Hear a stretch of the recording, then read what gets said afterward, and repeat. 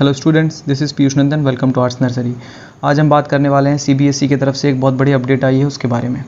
इस अपडेट में ज़्यादा बिना समय गवाए मैं सीधे पॉइंट की बात करता हूँ, ठीक है। तो हालांकि इसे मैंने पढ़ा और जो कुछ भी समझ में आया मैं इसे एक्सप्लेन करने की कोशिश करता हूँ यहाँ पे, ठीक है।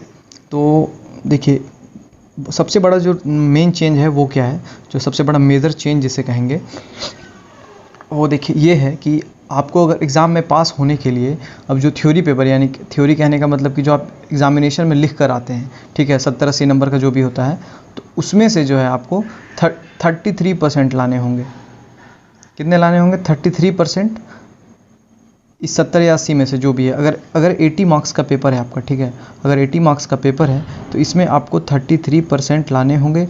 और जो बचा 20 मार्क्स, 100 का पेपर होता है तो 20 मार्क्स जो बचा इसका भी 33 आपको लाना पड़ेगा। दोनों में सेपरेट तरीके से लाना पड़ेगा। ऐसा नहीं है कि दोनों को मिला करके 33 लाए और काम बन गया। समझ में आई बात?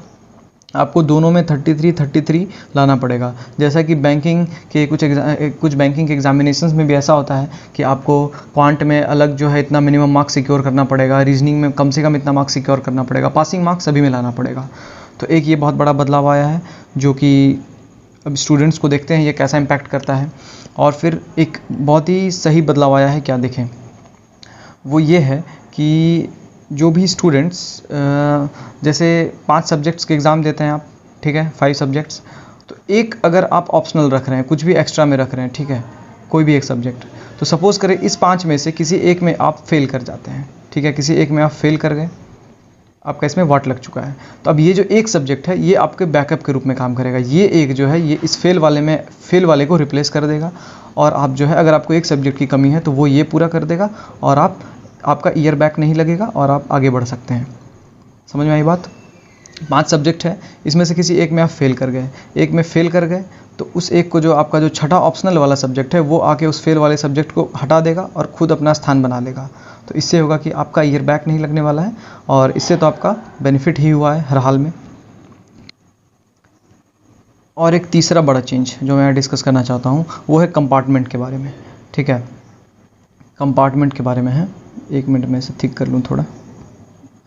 हाँ, तो कंपार्टमेंट के बारे में क्या है कि अगर आप 2 सब्जेक्ट्स में आपके बैक लग जाती है, कंपार्टमेंट लग जाती है, ठीक है, तो आप ये जो 2 सब्जेक्ट है इनका जो है आप एग्ज़ाम जो है आसानी से दे सकते हैं, कंपार्टमेंट दे सकते हैं, ठीक है। इसमें कंपार्टमेंट एलिजिबल है और आप दे करके वो तो 1-2 महीने में जुलाई अगस्त के लगभग में एग्ज़ाम हो जाता है, तो आप उसी साल के साल आप आगे बढ़ सकते हैं। बट अगर 2 से ज़्यादा में आपकी कंपार्टमेंट लगी है तो आपका जो है पूरा का पूरा बैक लग जाएगा, ठीक है। और आपको जो है टोटल पेपर्स, ऑल पेपर्स आपको जो है नेक्स्ट ईयर देने होंगे और फिर तब जा करके आपको दोबारा से सारे पेपर्स को लिख करके पास करना पड़ेगा। यानी कि आप मैक्सिमम 2 में ही कंपार्टमेंट के लिए एलिजिबल हैं। 2 में अगर आपका बैक लग रहा है तो आप 2 को कंपार्टमेंट देके क्लियर कर सकते हैं और उसी साल आगे बढ़ सकते हैं। जुलाई अगस्त तक में जो एग्ज़ाम हो ही जाती है, ठीक है। तो यही थी इसकी अपडेट और इस प्रकार के लेटेस्ट अपडेट्स के लिए इस चैनल से जुड़े रहें और चैनल को सब्सक्राइब करें। वीडियो अच्छी लगे तो लाइक करें। मिलते हैं आपसे अगली वीडियो में। Till then keep learning, keep growing.